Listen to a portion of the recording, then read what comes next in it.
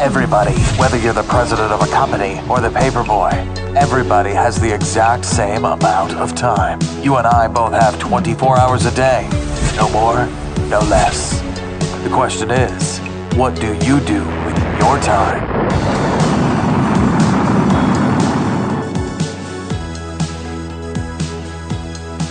Welcome to Zbooks, Successful Authors Podcast. And you know, I only have interesting people on my podcast. And today we have a story, a human story of courage and indomitable spirit. On the other line is David Bird. Help me welcome David Bird to the podcast. Hi, David. How you doing? Hello, Eric. I'm fine, thank you. It's good to speak to you. Yeah, it is good to speak to you. Every time we do a podcast, there's always a challenge. Last week's podcast with Harold Johnson, I had to steal my wife's laptop and use the emergency version, and now my laptop's working again. So yes, it is very good to talk to you, David. How you doing?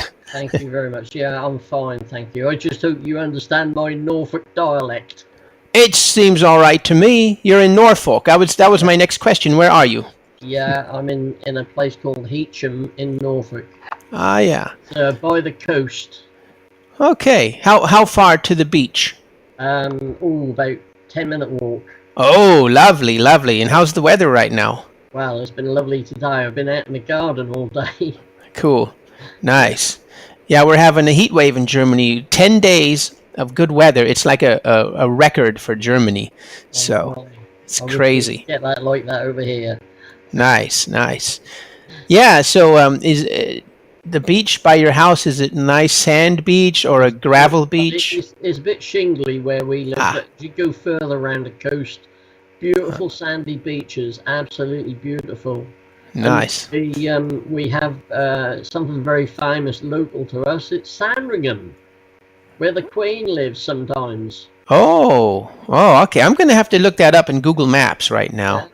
But yeah, what else you got around there? Oh, the scenery in this area is absolutely outstanding. That really is. It's such a beautiful coastline, and lots of character about it. Really. Any castles or fortresses? There are, yeah. 2 or 3 in the area. 3? 2 or 3. We've got Castle Rising. We've got Castle Acre. And I can't remember the name of the other one. Isn't that awful? How old are they about? Oh, blimey, you're going back into the 12th century or something like that. I think. Cool. 13th century. Oh, I love that kind of stuff, though. I like that. Yeah, it's a beautiful area to live. How long have you lived there? Well, in this particular area for about 32 years, but I come from mid-Norfolk, near Norwich. Okay. Have you heard of Norwich? Oh, no. I've been to England and Ireland twice, and England, I've been to Bristol, I've been to London, and 2 or 3 times, so I'm not, I don't know that much about it, sorry. Oh, well, it is a lovely area, and I wouldn't want to be anywhere else. Nice. Well, that's good to hear. Yeah. A lot of people, after 20 years, they get tired and got to move out. Yeah, no, there's no moving for me.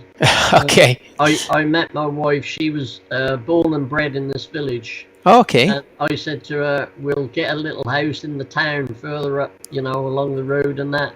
And she said, oh, no, I'm not moving away from Heacham. Nice.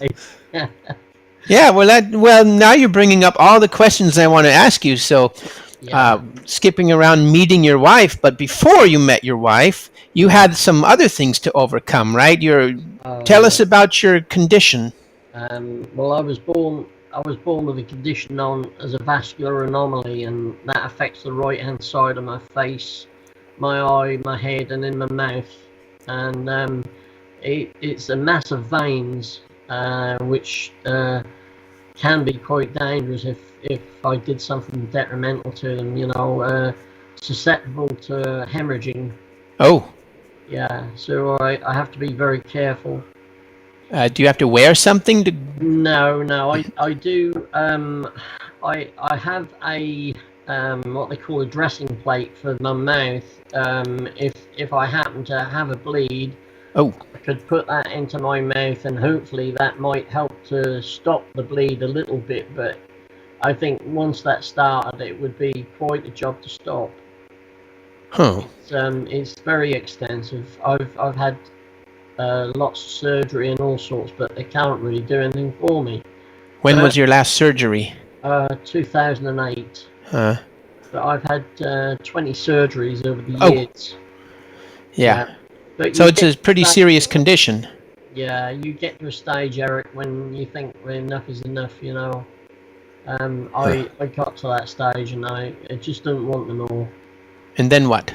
Well, I just carry on as best I can, and I'm fine. I'm all right. I just have to be careful what I'm doing. That's all. Okay. Yeah, but it's a great life. You know, I've made a great life for myself. Really, I'm really chuffed with the way my little life has gone. But there, you had some challenges in the beginning. It wasn't always that great, was it? No. When I was younger, well, I didn't notice it so much when I was younger. When I was a little lad growing up, I was actually born on the 23rd of March 1954 in a little farmstead called Watering Farm. And, that place was about 3 miles down an old dirt track road. Cool. I like dirt track roads. You could say it was out the back of beyond. It was that remote, you know, so far away from anywhere. And of course, my mother was expecting me, and they had to call the midwife in, and she had to bike 3 miles down this old dirt track road. But previous to that, she had to do 4 miles from where she lived, so she had to bike 7 miles to get Dedication. That's cool. Yeah, and when she got there, she was suffering from, this is an old word, I don't even understand what, a bilious attack. Have you ever heard of that word before? No. What is it? A bad stomach or something like that, you know. Like from bile or what? Yeah. So apparently, she wasn't very good. So she went up to the room to see where my mother was, and my family who were there at the time, you know, waiting for me to be born, they just let her get on with what they usually do. A midwife does, you know. And never heard anything from her. There was no noises coming from the room where my mother was in or anything. So one of the family members went up and knocked on the door, and my mother called them in, and there lay the old midwife on the bed beside my mother, fast asleep, snoring. Yeah. Oh well. So it was a do-it-yourself birth. Yeah, I reckon so. Cool. Nice. Yeah. And you had, so when you were a kid, that must have been really challenging. Other kids probably bullied you and taunted you about your face, huh? They did, but in the early years, because we moved from out of that old farmhouse where we was living, we moved to the village, the nearby village, and I was brought up in that village, and everybody knew me, so I was fine, you know. Nobody saw me as anything different. They all knew me. We all grew up together, so I was the same as everybody else, you know. Oh yeah. It was when I turned into my teen years, when I went to the high school, I started noticing people taking notice of me and staring and doing stuff like that, you know, which was quite intimidating, really. Yeah, I believe it, especially at that age, when, you know, your character strength or integrity isn't built up yet. Maybe not. No, it was not very easy, I'll tell you. Teenage years are not very good anyway, are they? You know, teenage years are a little bit of a challenge. Yeah. You know, but when you got something a little bit different from everybody else, you know, it's not too easy. You mentioned earlier when you were down and didn't want to go on. How bad was it? Well, I just, you know, I used to hide away. You know, I wouldn't go out or do anything like that. You know, in those teenage years, it was awful. That was the years that were really bad. So how did you get over it? How did you pull yourself back up? I think over time I just had to learn that. Well, my parents, they went into the public house trade. You know, public houses. You know, for beer shops. You know. Yeah, explain a little bit. They are a pub. a British pub. Okay. They went into the pub trade, and of course I had to start meeting people a little bit, because that was reliant on different people coming out of the pub to earn their money. Uh-huh. I then started meeting a few people, and that sort of brought me out a little bit. But I always found it difficult with girls. That was the roughest part, I tell you. Yeah. So how do people usually react when they see you for the first time? I get all sorts of reactions, really, Eric. I'll get people who outwardly say things, and it's not nice. I had one chap once said to me, he said, whatever did the other chap look like? Me, I'd been in a boxing ring or something like that. I thought, well, what a nice thing to say. Some people just don't think. They have no tact, Yeah, I guess that's maybe one of the more mild ones you've heard, huh? Yeah, but then you get people I can sense when a person is having difficulty sort of looking at me or talking to me. I've learnt to sense that now, and I try my best to reassure them by just talking, and I'm quite outgoing these days, and I'll try and reassure them if I can, that I am human. Yeah, of course. I do speak, and I can hold a conversation. So do you think that this has made you more, what do you call it, empathic or mind reading? No, not mind reading, but more empathic to others. I can understand what you mean. I think you have a deeper sense of people's reactions to you, to the way they look at you. Yeah. I do sense things, and I get over it anyway, Eric. It's not worth worrying about. I just get over it. It's a great life, mate. If you get hang-ups on stuff like that, you'd never get on. But I want to know where your positive spirit comes from, because a lot of people aren't that positive. I know a lot of negative people. I try not to hang out with them. And everybody's got a story. Yeah. Who knows? These people don't look like they're handicapped. Who knows what happened? But I know a lot of very negative people, and people tell me that I'm positive. But where does it come from? How did you become so positive? I think that's the way I was brought up. Okay. The way I was brought up. I was brought up to be fairly outgoing. Especially when the parents were in business. I had to be a little bit more forward, I think. Did you ever get in fights because of your? Well, I had some very, very good friends, and if anybody ever said anything, they would be there for me. But that's nice. Nobody ever had to fight for me, they didn't have to fight for me. It never got to that stage, but it got very awkward sometimes, when people were being... I think the worst thing was when we moved from a village to a town, and my young brother, I've got a younger brother by 7 years, I'd finished school, and my parents, because they were in the trade, in the business, they couldn't take him or bring him back from school. And I used to have to take him and pick him up from school, walk up and meet him. And the comments that I used to get when I went up to the school when the kids came out, it was awful. I used to walk around with dark glasses or have the hand over my eye, just to try and hide my features, Well, the dark glasses kind of like a secret agent, maybe. I don't know. Yeah, I reckon so. Nah, I don't know. Yeah. But it is a part of my life that I had to. It was a sharp learning curve. You had to learn it, otherwise you'd get stuck and you wouldn't move on.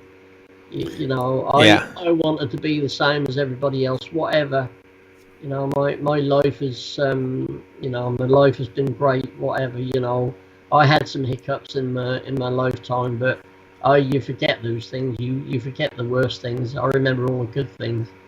That's nice. Yeah. Okay. Yeah. You've been involved in a lot of charity work for people. I have, yes. It's called Changing Faces, or how did this come about? It is, yeah. I actually wrote to the charity asking if there was anything I could do to help. Obviously I was quite positive, and I wanted to give some of my positivity to others if I could. Yeah. And they wrote back to me and asked me what could I do, and I said, well, I don't really know. What would you like me to do? And they put me in a thing called an exchanger scheme, whereby if somebody got a similar condition to that of mine, they could talk to you just to get some reassurance and hopefully to give them a little bit of encouragement, Yeah. involved in that. But then I progressed on from that, and I started doing media work. What kind of media work? Well, magazines and books and interviews on the television and radio, locally and nationally. And then in 2003, I was invited, or there was several people asked if they'd like to be part of a poster campaign, a major breakthrough poster campaign in London. And I said, yeah, I'd love to be part of that. And there was actually 4 people involved in this, 4 people who were facially different involved in it. And I had all the photos done in London by a professional photographer. And then these posters were all made up, and they were plastered all throughout the London tube station and on overground, the London transport buses. Yeah. And it was quite strange. My daughter had been around for about 4 or 5 years when that happened. And I thought, right, well, we'll go to London and see if I can see any of my pictures in the London Underground. And so then your daughter saw your picture all over the place, huh? Yeah. Cool. We went to London armed with a camera just in case. Nice. We went through all the different tube stations, and mine wasn't on there, and I thought, oh no, come all this way, 100 miles to have a look to see my picture hanging up in the tube station, and it wasn't there. But we got to Leicester Square, then all of a sudden there I was. Very good. And we piled out of the tube, and I said to Joanne, my wife, take a picture of me and Lindsay, that's my daughter, beside the poster. And as I'd said that, this lady who stood next to us, she said, oh, would you like me to do that for you? Yeah. And I said, oh, yes, please. So my wife stood there as well. So there was all 3 of us standing there beside my big poster down at Piccadilly station. And she looked and she said, it's you. Yeah. She got a minor shock, huh? Yes, she did.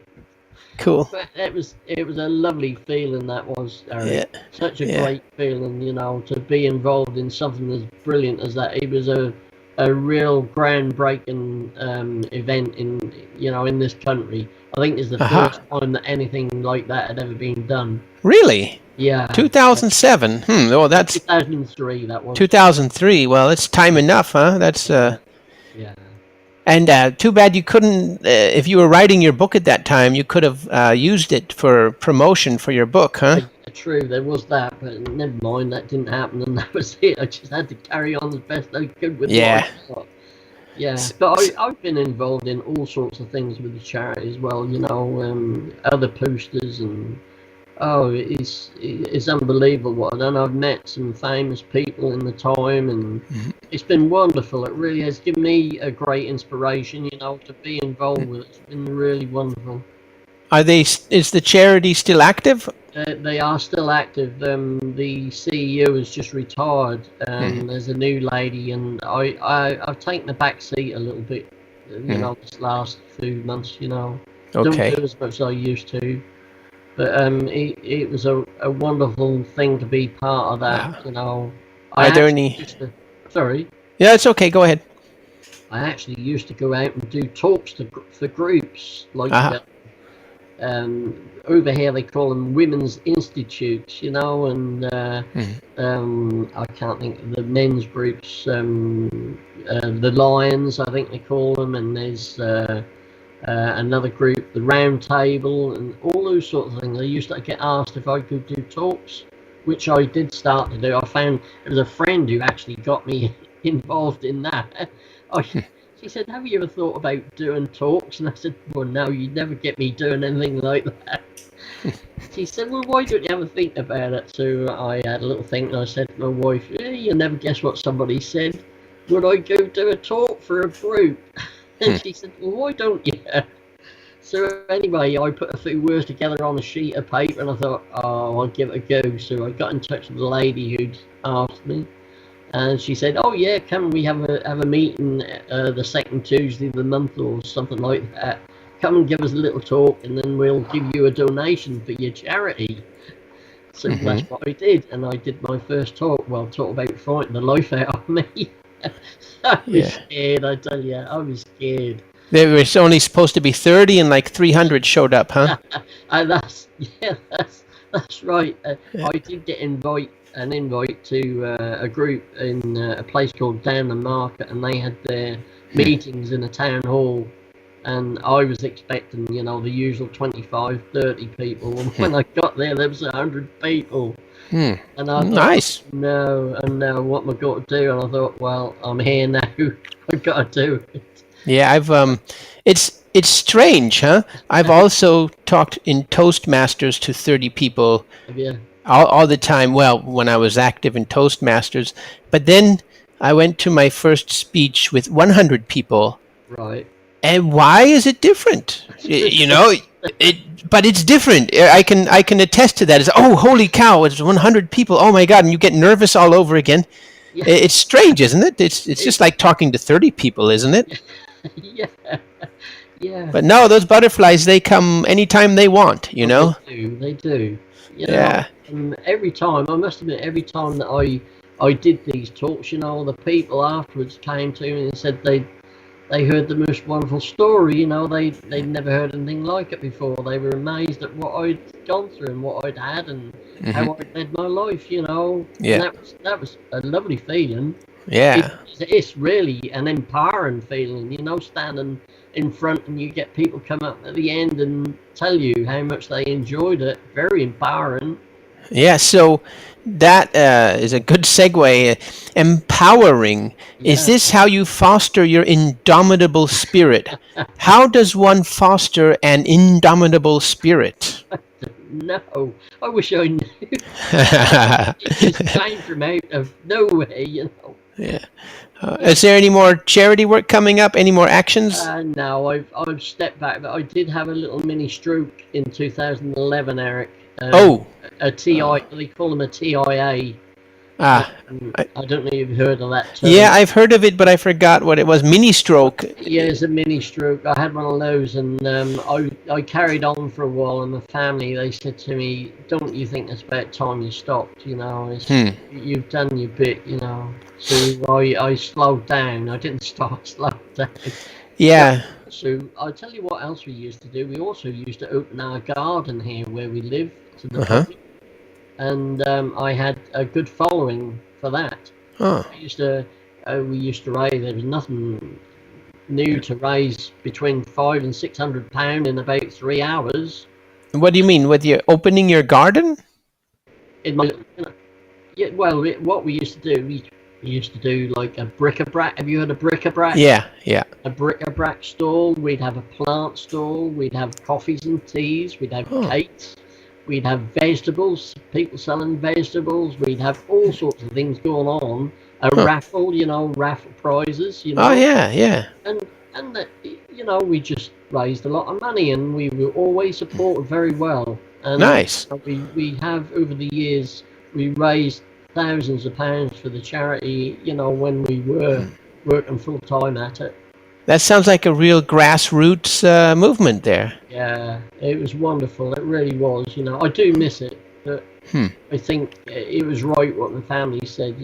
Just step back and slow down. Yeah, if you have a stroke, people in my family have had strokes, and it's pretty serious stuff. So the problem is most people change their lifestyle after the stroke, but just for like 1 or 2 weeks, and then they go back to the same old lifestyle, Well, Eric, I've always led the life I want to lead anyway, I've been pretty, I've always said to myself, if I want to do it, I'll do it, Yeah, Right on. Yeah. Did you do any? Did your condition stop you from doing anything like, I don't know, judo, martial arts, or? I wasn't allowed to do sports. I'll tell you what happened Oh. in the early years. Again, going back to my early schooling years, before anything was ever really said to me about not being able to do things, we were playing. Have you heard of what they call rounders? It's Yeah. a mini version of baseball, I expect you say, with a small bat. Okay. Yeah. It's the British, the old Brits, Yeah. their version of it, I think. And in those days, the school bell was the teacher came out with a handbell, not the electric A one. biological bell. Yeah, that's right. She came out. We were playing this game during, break time, and she came out, and the chap who had the bat in his hand flung it over his shoulder, and who should be behind him was me, and that hit me square in my eye. Oh! This bad eye. Ow! Yeah, I remember I sat in the classroom and I cried and I cried. It wasn't the pain that it was painful, but it wasn't the pain that I was crying about. I was worried what my mum was going to say. How old were you? I must have been about 8. Oh, Eric, that was awful. My poor, oh dear, she still worries over me. Yeah, but yeah, when in those days they didn't have like today in schools is all first aid and everything, isn't there? But now, in those days there wasn't so much care about things like that. And I remember sitting in the classroom and I didn't see my mother until we finished, school finished. And when she saw me, oh dear, that was straight up the surgery, up to the doctors, and it had done quite a lot of damage to my bone structure around my eye. Just from that one hit from the bat, huh? My eye never looked as bad as it does now. If you see a picture of me when I was a youngster, you could hardly notice it, But after that accident, that really made a terrible impact on my facial features, Too bad. I was just in the wrong place at the wrong time. Well, they say it's better to get hit in the face than in the teeth because teeth are so expensive, right? Right. Yeah. But in your case, it wasn't, huh? Oh, no. Oh, terrible. That's too bad. And then, as you said, I wouldn't. They banned me from playing any sport. I wasn't allowed to play sport or anything, Yeah. I missed out on all that. Can you ride a bike? I can ride a bike, yeah. Okay. I mean, are you allowed to ride a bike? Yeah. Oh, yeah. I've done everything else, Eric. Okay. I've not stopped, I tried to do everything that I could possibly do, Yeah. Except for writing a book, right? When did you start thinking about writing a book? Well, it was really after, being involved with this charity work. And, and my daughter really, sort of like made me feel that I wanted to write something because I wanted something for her to look back on and say, well, look, that was my dad, It's something for her to look back and show her friends and new acquaintances and that, and for her to say, well, my dad wrote this, and I think that must be good to be able to do that, And I want to make sure that was out there. So how did you go on about writing it? Did you just sit down, or what happened? What happened was all these memories, all these wonderful memories throughout my life. I never actually wrote a page about anything. I just wrote headings on I used to call them jottings. Mm-hmm. Yeah. A piece of paper with a heading, a little line on it of a memory. And I had all these bits of paper accumulated, all these bits and pieces of paper everywhere. And every time I looked at it, I thought, I can expand on that. I can expand on that heading, on that memory. And that's how my book sort of like started out.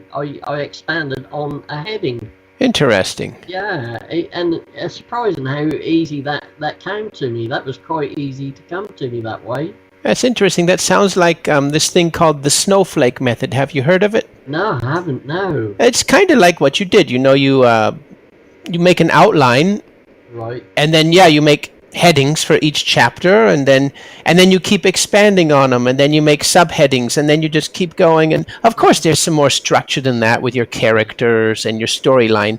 Yeah. But basically what you did, you made the headlines and then you expanded on them. So interesting. Nobody told me how to do that, It just, it was self-taught, that was really. So tell us about your book. What's it about? Oh, it's all about my brilliant little life I've had. It starts off about my family history. Really, I'm talking about my ancestors and who they were and what they did, and then it goes on to my family and my friends and brothers and not sisters, brothers and other people who've come into my life in the years that I've been going, and obviously the charity work has been a major part of that. And the book was just formed. It just happened. It just happened.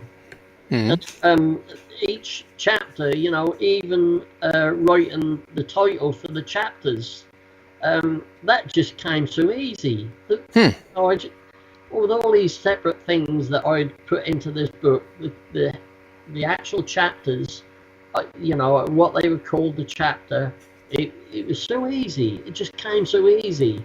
Just flowed right out of you, huh? Yeah, really flowed. Nice. I mean, it's no great big book, but... How many pages is it? 122 pages. What my life in a nutshell. Well, that's a decent size. What is that, 50,000 words? Yeah, must be something like that, Okay. But yeah, that was brilliant, and it really made me feel great, to have it written down at last. And this book, your positive face of disfigurement. Positive face of disfigurement. It's the only one right now, or do you have a series? No, that's the only one I have. About my life and that, but I have done other books besides. I've been doing some books. I'm very interested in family history and stuff like that. Yeah. And because in England, our churches, we have some wonderful old buildings. The churches and that, hundreds of years old. Gravestones are there to go with them, and a lot of these gravestones are disintegrating with the weather. They're being weathered by the rain and and that, and it's getting where you can't read some of them. So I had this in my mind that I wanted to transcribe the gravestones. So I managed to write. There's 10 chapters in a book, and I've done 10 books. Wow, just about gravestones. Gravestones, just inscriptions. But that might sound silly to everybody, but it was just something I felt I had to do, because they're just disappearing. And I've got a picture bank on my computer of all the gravestones that I've recorded, in case somebody sort of turned around and said, "Look, you've been recording these, have you got such and such a person?" And I can look back through my records and say, "Oh yeah, I've got that person. If you want, I'll send you a photo." So we've got photos of all these gravestones. But during the course of doing this gravestone research, there's some wonderful social history as well that comes out of it. It is really wonderful. Yeah, interesting. Yeah. It's pretty crazy. For some reason, I was in Google and I was looking up my family names, and I saw my brother's gravestone. Right. Yeah, but he isn't dead yet. Oh. There's a website out there where they're going and taking pictures of all the gravestones, and they're cross-referencing them to the people in the phone book. Oh. Yeah, so this is a really good tale of big data, right, where it can be abused. So, for example, shouldn't they have to get permission to do that? But, okay, the telephone book is public. Don't sound very good, does it? No, I mean, especially when I'm looking and I see my brother's gravestone, and I know it's his because it's next to his wife's gravestone. So I know that has to be my brother, right? And so I called up home, and no, he's still alive. So, oh, thank God for that one. Jesus Christ. I mean, you're just going around internet, and it's so... Anyways.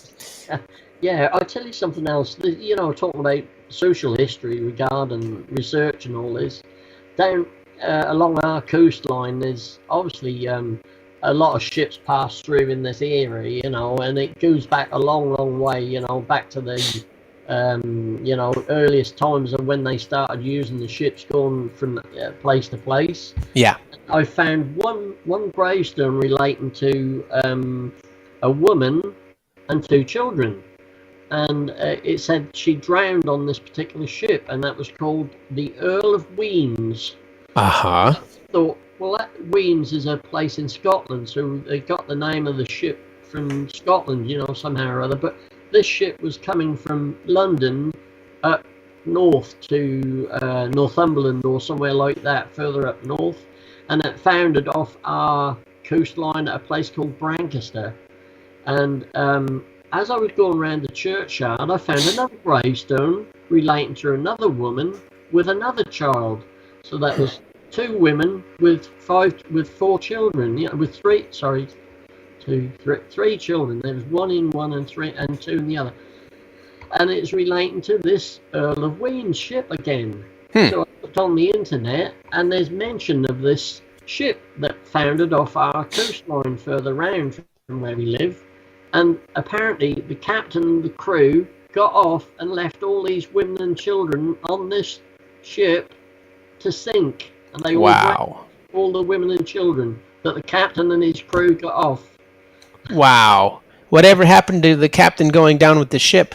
I know. Well, obviously that didn't work in those days, did it? How long ago was this? Oh, this is 1833, I think that was. Did they ever catch the captain and the crew? The captain, well, he was brought before the judges and that, but did they hang him? No, I don't think so. The lord of the manor, where this actual boat came down, he had the rights to anything that was anything that foundered off of the coast. So he had all the belongings, or all these people was able to have all. I think that's terrible. He took the belongings of these people who suffered, you know, died or drowned on this boat. Yeah, so that's a big myth about the captain going down with his ship, huh? Yeah, definitely in that day and age. And these tombstones are in your book? They're in the book, yeah. But so there's also a lot of you do find a lot of mariners in the graveyards as well in this area. You know, obviously there's a big shipping area coast. So that's very, very interesting, really. Well, I find it interesting. Yeah. You know, yeah, it is sad but interesting. With this book, with your gravestone book, what you would do is use that tool KD Spy, or the tool KDP Rocket, and then you would see what's better, tombstones or gravestones. Actually, with KDP Rocket, you could. American, isn't it? What? Tombstones is more of an American. We call them gravestones over here in the UK. Yeah. But in America, they're called tombstones, I believe. Well, so that's the point. So what you do is you go to the store that you're publishing in, and let's say you were using KD Spy, then you would look it up, and then you would see how well the books are doing in that category. Yeah. And then this is why I like KDP Rocket actually a little bit better. You could then see which words are getting more hits, tombstone or gravestone. Right. And then you would, first of all, you would decide if you actually want to put your time into that category, making books for that category. Yeah. And then second, you would change your title accordingly, Tombstones of Norfolk or Gravestones of Norfolk, you know. So that's one example how to use the tool. Yeah. And so we were talking about your book earlier. It's number 45. In the print book is number 45 in Young Adult Social Issues Bullying. That's pretty good. Yeah, I feel quite chuffed about that, though. The sales pretty better. Right. So I was looking at your sales page, and the ebooks, not as good as the print book, $6.25, which is interesting. I have the same experience. My print books sell much better than my ebooks. Yeah. So, right. So what I would do on your description page, I would change up the description just a little bit. I would add to it. You've got a pretty good one there. You've broken it up. Okay, it's interesting. So you can see in the Kindle edition, there's 1, 2, 3, 4, 5 paragraphs, and in the paperback edition, Oh, yes. it's all in one block, isn't it? Yeah, and that's the funny thing. CreateSpace formats it different. Even if you put the same exact text, the CreateSpace side will format it different. It's pretty annoying, isn't it? Oh dear. So it's not my fault then. Obviously, I've put it in. No, if you copied and pasted the code, the HTML code from your Kindle side, right, the ebook side, and put it into the CreateSpace side for your print book, right. it should it should look the same except for like well, here you don't have any different paragraphs, so that should have come through. Usually what it messes up is the bold and the headings and stuff, and the spaces. Attempted that, Eric. Yeah. So, but let's talk about the ebook side first. We can use that because the CreateSpace description is all mushed together. So, on the ebook side, what we can do is we need to add a strong call to action at the end. So, and then I would make like 1 or 2 lines bold at the beginning of each paragraph, or at least 1 or 2 paragraphs. So, for example, I would say this is a story of human courage. Yeah, to tap into the emotion, and then this is a story of human courage and indomitable spirit, and something about how David has met the challenges and rose up to the challenges and conquered them. All of this emotional stuff, right? Right. And then at the end, at the very bottom, okay, the standard one is scroll up and grab a copy today. So I'm going to write a new description with yours, because you have yours is really good, but what yours misses is the standard things like a call to action, right, and some bold sentences to really hook the reader. So you have to start with the hook, and it's just like your book. You have to start with the hook. Yeah. And your description on your Amazon page has to start with a hook too. You got to hook your reader somehow, right? Right. Okay. And then you have to have that strong call to action. So the 2 main hooks are if you don't know anything else, you just use a question. Can he rise to the challenge? So those can be pretty boring, but you can if you get the right question going, it can be very good too, because it leaves them open. And then the emotional stuff, this is a human story of courage, and etc., etc. Right. So there are 2 very good books out there. One by Brian Cohen called The Sizzling Synopsis, and then another one by Brian Meeks, How to Master Amazon Ads. I heard you talking about this in your interview with yes, Harold.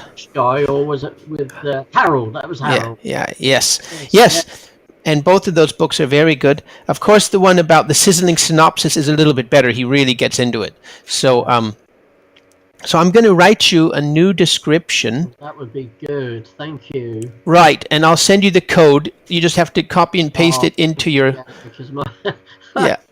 I'm not that brilliant at anything like that. Yeah, well, I've got those 2 books, so I'm going to look up those books and find something really good for you. Because, you got to hook your reader, so I don't know your audience that well, but we can still spruce up your description a bit. And then, do you have access to Amazon Ads, the AMS platform? I can, but I've been frightened of it. Okay, so what I want you to do is sign up for it and let me know when you're done. And then what we can do is I will run your first Amazon ads, and either you give me access, or we can do it. I have that remote control thing. It's called Chrome Desktop or Chrome Remote Desktop. If you have a Chrome browser, then you Right. can give me access, and I don't need to know any of your passwords or nothing, and then you can Right. see exactly what I'm doing. And that's what I wanted to do in this session, actually. But, well, computer problems, right? Yeah. So two things. No, one thing. I want you to go get access to the Amazon AMS platform, the Right. ads platform. And then two things. Let me know when you're done. Okay. Right. Okay. And then I'm going to send you the updated description, because this is the ABCs. You got to get a good cover to catch their eye. When the people go to your book page, your sales page in Amazon, the cover is the most important, and some people argue the description is just as important. Right. So, okay, so 1 and 1A, or 1 and number 2, whatever, they're both super important. If you don't get the description right, you don't hook them, No. then they're not going to hit the button, so the cover gets their eye, and then the description kind of pushes them to that button, right? Can I ask you, my cover on that particular book, My Positive Face of Disfigurement, Right. what do you think of that as a cover, or do you not think it's... Well, I think it looks good. For number one, you can see the title no matter how small it is. So this is kind of like rule number one. Make sure that the people can read the title even when it's really small in the internet, right? So that's Yeah. very good. I think it's good looking, but really, you don't guess, test. There's two ways, the free way and the expensive way. Well, it doesn't have to be expensive. You do Facebook ads, and then you run Facebook ads, and you don't change anything in the ads except your covers. So you have ad A with one cover and ad B with the other, right? It's called A/B testing. And then you'll find out which cover is better. And this is unadulterated, unbiased opinions, because the people don't know you. They're just looking at your ad in Facebook. And then you see which cover gets more clicks and maybe even more sales. Yeah. So the cover looks good.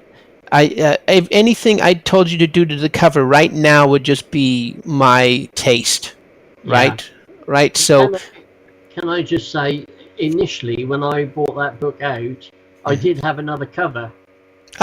I did have another cover. Let me tell you about the freeway. Now you go to Pat Flynn's first ebook. It's a Facebook group. I'll give you a link to it. You got to ask to be a member. It's a group, not a page. And then you put both covers in there, and you ask the people what they think. Right. Okay. The problem with that is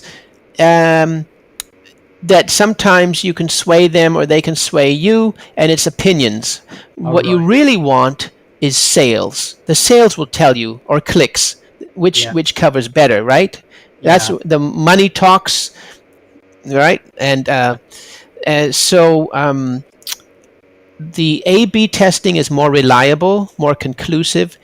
But if you don't want to do Facebook advertising, then you go to the forums and you go connect with your people.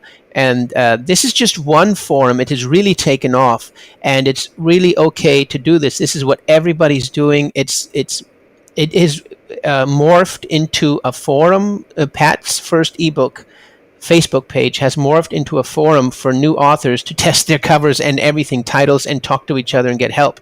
So it's really awesome. It didn't start out like that, and now it has a life of its own. It's really cool. So it's really okay to go put your covers in there and ask people what they think. And then what you do is you have to reply to each and every one of them, and then tell them when your book is on Amazon, and maybe even get them on your email list, whatever. You ask them. You don't sell to them. You just ask them what they think about the book, and then you let them know when and where it is. And you start talking to your audience, Right. So I'll tell you what I have been really worried about. This new EU law where you collecting people's information. Yeah, don't worry about that. When you have to worry about that. I've shut everything down because I was worried that I'd fall foul of. No. Let me tell you about that. See, I also do Facebook advertising, and if it's a perfect case of just read the directions, right? When all else fails, read the directions or instructions. It only the what do you call it? this data gathering has to do with retargeting. If you retarget people with any kind of ads, then you have to change your sign-up forms to disclaim that or show that. And you might even have to put an extra checkbox that says, yes, I will allow you to use my data for retargeting. So if you do not retarget people in ad platforms like Facebook or AdWords and AdSense with Google, this is kind of advanced marketing. If you do not do any retargeting, you don't need to worry about it. Your normal sign-up form says, get my free book, and with your email, name and email, and then that's okay, because you're not retargeting. If you're an advanced marketer and you're retargeting, then you better get all of those disclaimers and extra checkboxes and extra permission that also says at the bottom of your newsletter, for example, at the bottom of your newsletter, you also have to have a link now to show them what information you have collected from them. So instead of the unsubscribe link at the bottom, you have to have an unsubscribe link and also a link that says, see my information, something like that, right? Yeah. Now, I'm not sure if you have to do that only if you're retargeting. You might have to do that. We'll have to check up on that. But that's the other thing. So on your sign-up forms, if you are an advanced marketer retargeting people, you must show that extra checkbox for permission and the fact that you are using their data to retarget. And then in your newsletters, in your email newsletters, you have to have an extra link by the unsubscribe link to show my data. So if you're not retargeting, you're really okay. You don't. I have been worried about that, and I shut all these, email things down because that. No. You're allowed to collect emails, but if you retarget people, you got to go the extra mile and all of that legal mumbo jumbo. Yeah. Okay. So, and if you look, even most of the email services are doing this GDPR compliance already. So if you look, you might have to look at your email service and see the footer that they are putting in your email. See if they're putting an unsubscribe link and another link. Right. Okay. Right? It should be automatic. It should. All of the good services are doing this automatically. So, but like I said, you should check, right? You have to check, and I have to check because I'm not sure if you need that extra link if you are not retargeting. So it's all retargeting is the keyword here. Advanced marketing, and so. Yeah, that's good news. No, you keep your email list going there, my friend. You keep them sign up forms. You keep them all going. I can offer a free book if I want then. And yes, definitely. Yeah, well, that's good. I might well look into that soon. Yeah, I've had a lot on the plate this last couple of weeks. We lost a member of our family, so it's the big day tomorrow, the funeral tomorrow, so everybody's a little bit down at the moment, Sorry about that. My condolences there. It's one of those things we all have to face, don't we? Unfortunately, there's nothing surer in life than that. We're all going to go one day, and that's not in a negative. I'm not saying that in a negative sense. No, it's okay. It's strange. It's not meant. Yeah. My person who was very. In actual fact, he was my godfather, so a very special. It was the farmhouse where I was born. It was my uncle who took my mother and father in, my uncle and my aunt, and that was where I was born on their farm. So very special, to me. Yeah. Oh, that's sad. Yeah. We all got to go sometime, huh? That's right. Yeah. That's terrible. Never mind. On the brighter side, look. Yeah. Well, it's funny you say that because just last Friday, my aunt died. Yeah. She was 80-something, and I had the last telephone conversation with her, and I asked her if she would proofread my book. And she was laughing, and she was so bright and all there, just like there was nothing wrong with her. Yeah. And then... No. Well, what a way to remember a body. Yeah. I was testing her on her deathbed. What a jerk, huh? Somebody should kick me in the butt, man. Oh, well. Can I just tell you something? I did do another little book, Eric. I did a little picture book for children. Ah, I don't know whether you saw that on Amazon as well. you'll have to send me a link. Yeah, it's on my author page, with all the. I'll send that through to you. Yeah. But that never really took off, But it was pictures that I took around the coast when I'd been riding out, taking pictures, and I'd done a little written bit underneath saying, a word for the person or the child to read, and a story about that, about that picture, Children's books can be very profitable. It's my favorite niche. Yeah. Do you say niche or niche? Niche, we say. Niche. Actually, that's the good old British, Well, no, they keep. I always get it wrong. Whoever I'm with will tell me the other one. If I say niche, then they'll tell me niche. If I say niche, they'll tell me niche. I hate it. Well, that don't matter, do it? So yeah, but children's books, that's my most profitable niche. Yeah. And yeah, so send me a link to that book, and we can work on that one too. That's very kind of you. Thank you. Yeah. I was just wondering what else I got there. Oh yeah, I'm thinking about going forward with another children's book, a story book. Okay, but before you go forward, you do some validation with your KD Spy tool, and you look at the categories that you want to put it in, right? Okay, yeah. And choose a profitable category. Yeah. And then you look at the bottom of the category, see the number 20 book. What's that? And KD Spy shows you that automatically, right? Okay, yeah. And so you want a book that's the bottom 20 book. You want something with a very high number, like rank 10,000 or above, Right. So if you go to the more competitive categories where you have a book at like 200, the top book of the category is 200, and the bottom book at the bottom of the page, number 20, is like 1,000, that is a very competitive category. I would choose a different one. Yeah. Right. So you go to each category in Amazon, and then you hit the KD Spy button, and it shows you right there the top book and the bottom book. And then you get the green lights too. So you make it really simple. You want all green lights, but don't worry about yellow lights. You can make it in yellow categories too. Right.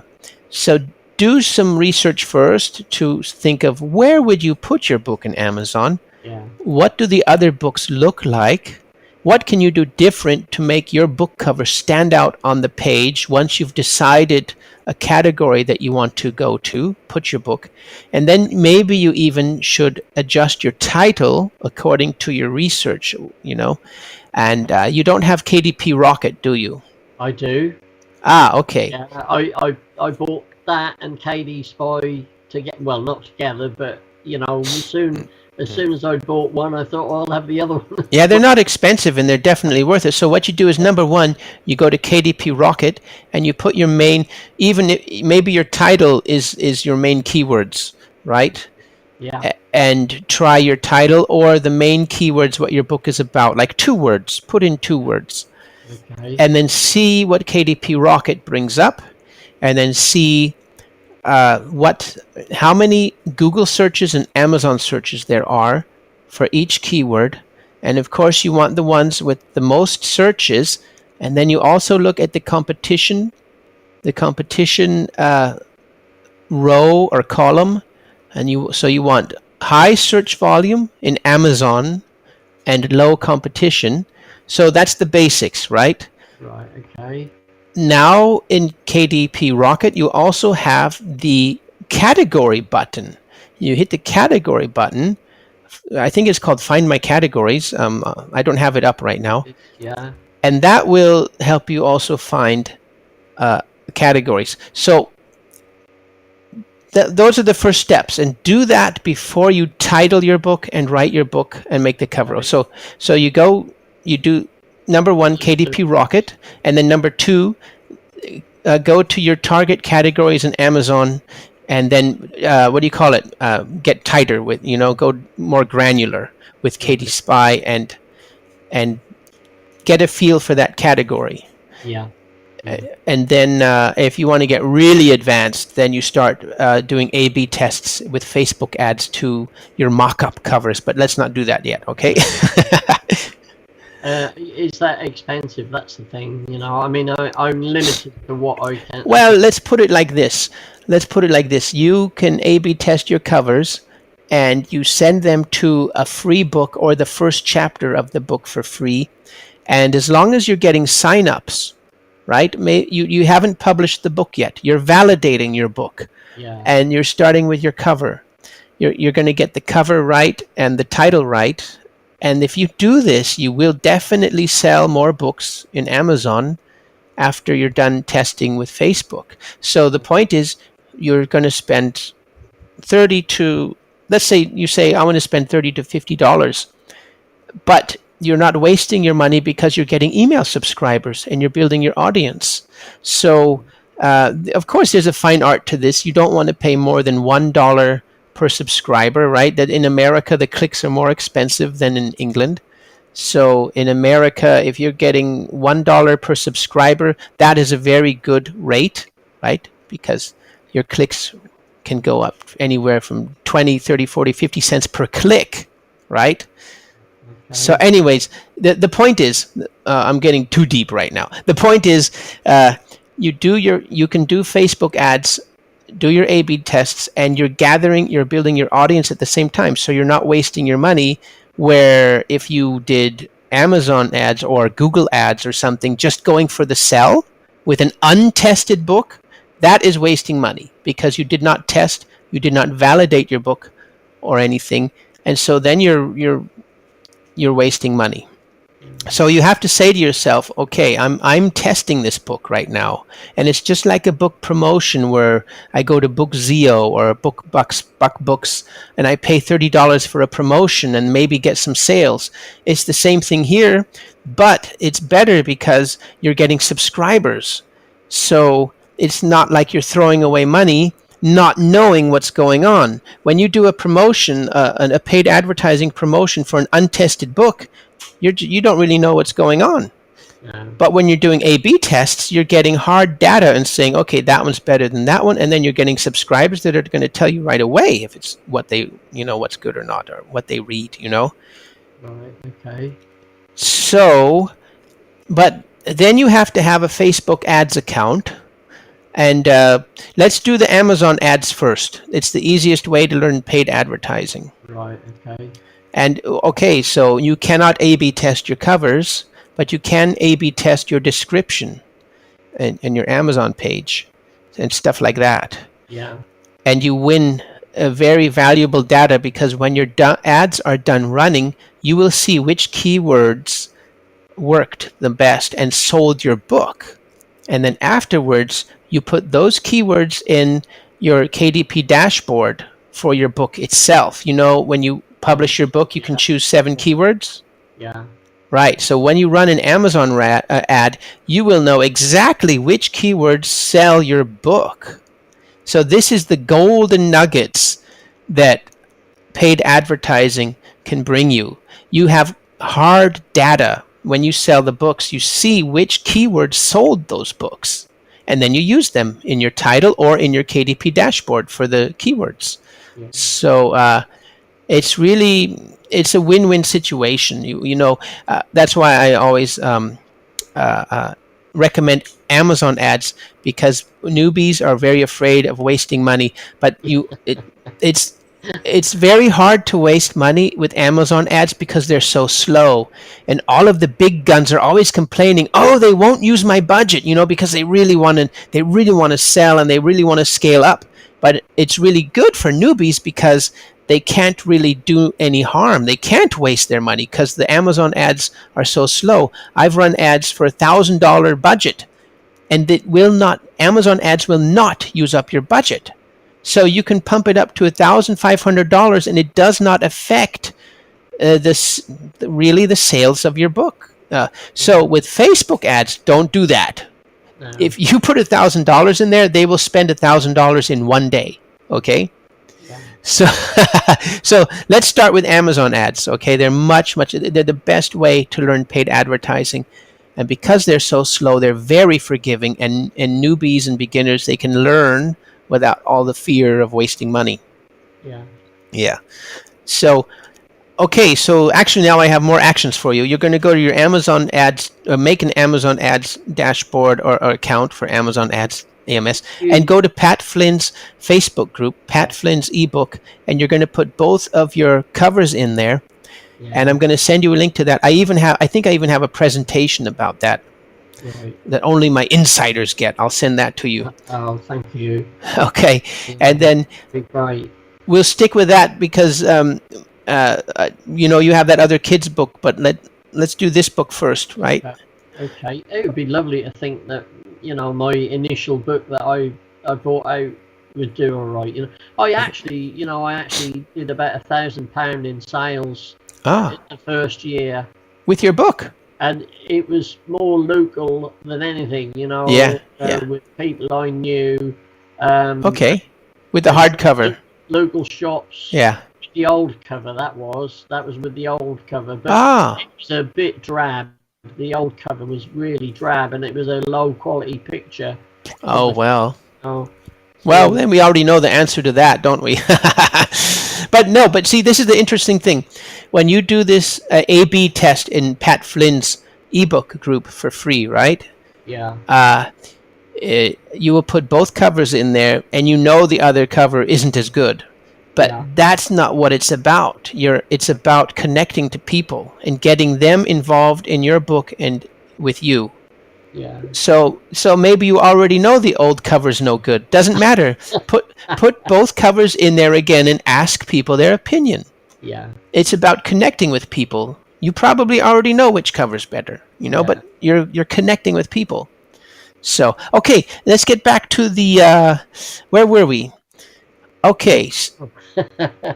Now I got the 2 actions for you, and I'm going to send you the description, and then when you're all done with that, I'm also going to do the Katie Roy promo.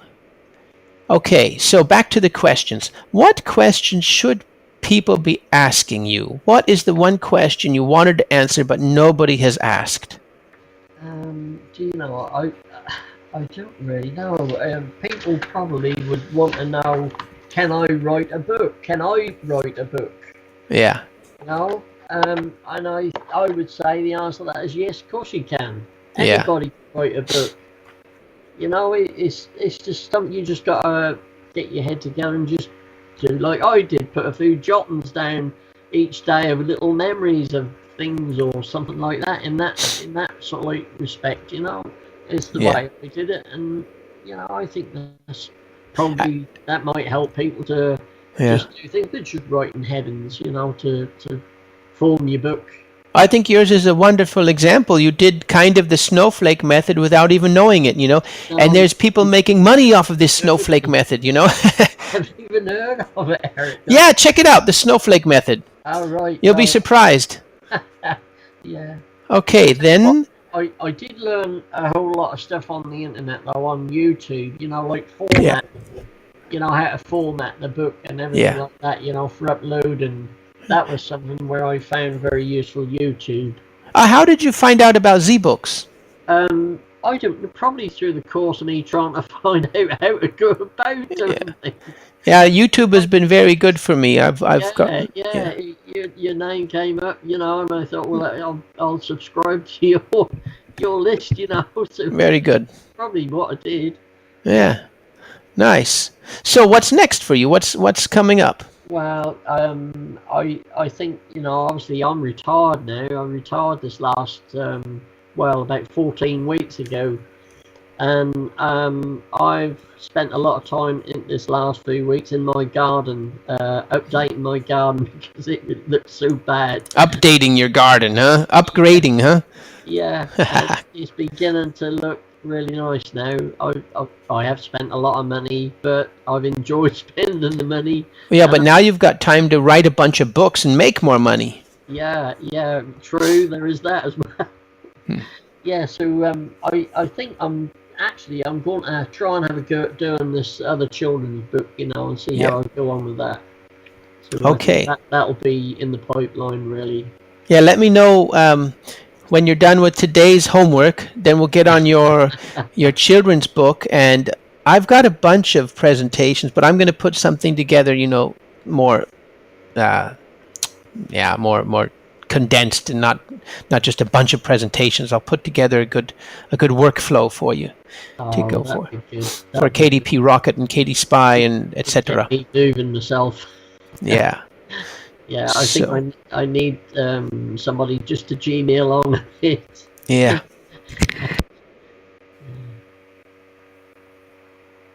I had to sneeze there. Sorry about that.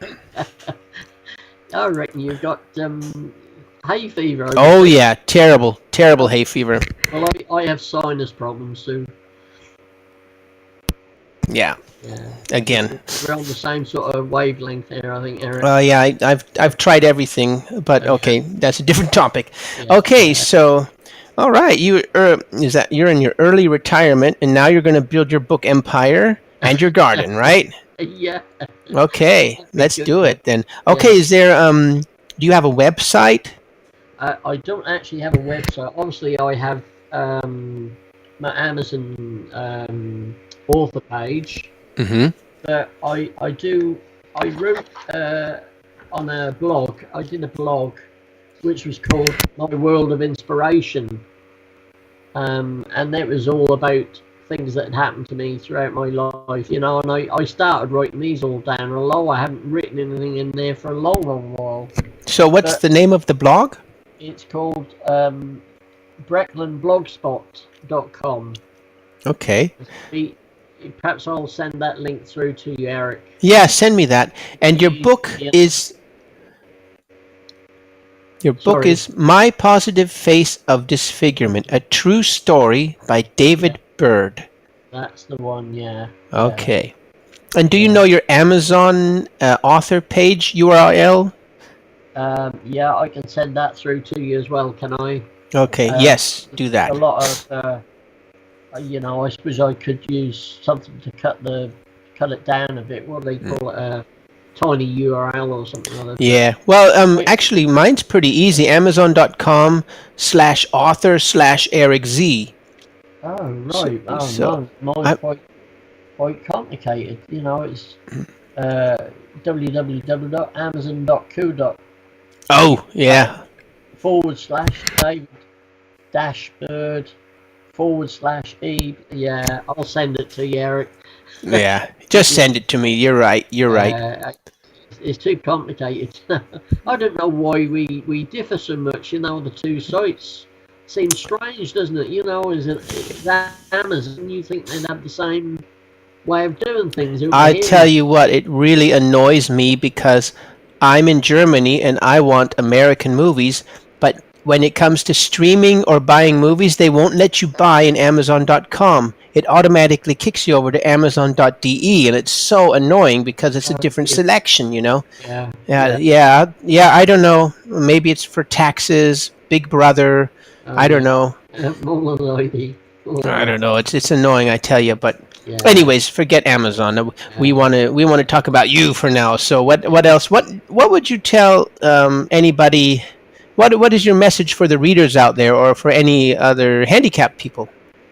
Well, I think the main thing about being handicapped is to remain positive. Just be positive about your life. Don't sort of let the problem that you have bring you down. You have to rise above it. I know some handicaps are very difficult to cope with, but I think I could have gone that way where I'd hidden away and not seen anybody, but I wanted to be out there and I wanted to be counted among the many, not the few. Oh, among the many and not the few. Yeah, I think I've made a little bit of an impression in my little lifetime. 64 years. Yeah. I don't think I've done too badly, really. I think your next book has to be how to have an indomitable spirit. Yeah. Yeah, I like it. Yeah. Okay. All right, David. Thank you very much for your time. It's been real. It's been really great. Very, very. And you're an inspiring person. I love it. Well, I tell you what, Eric, you sort of like you G'd me up no end because I was a little bit worried, wasn't I? Nah, But no. it's been wonderful. Thank you so much for this wonderful. You're welcome. And the book is called My Positive Face of Disfigurement, a true story by David Bird. That's right.